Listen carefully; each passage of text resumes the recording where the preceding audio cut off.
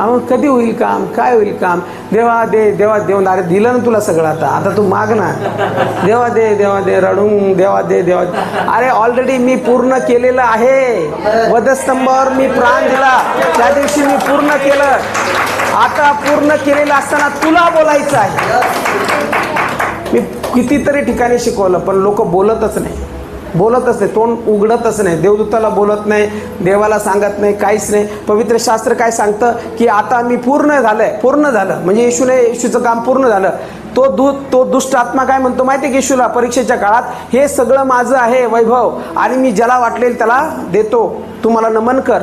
पण येशू त्याला काय म्हणतो, परमेश्वर जो तुझा परमेश्वर देव त्यालाच तू नमन कर. का म्हटला तो, कारण की येशूला माहिती आहे हे सगळं तुझं नाहीच आहे, हे सगळं माझ्या बापाने निर्माण केलं, माझ्या पित्याने निर्माण केलं आणि आता जे माझ्या बापाचं आहे ते माझंच आहे. मग तू कोण मला देणारा. मग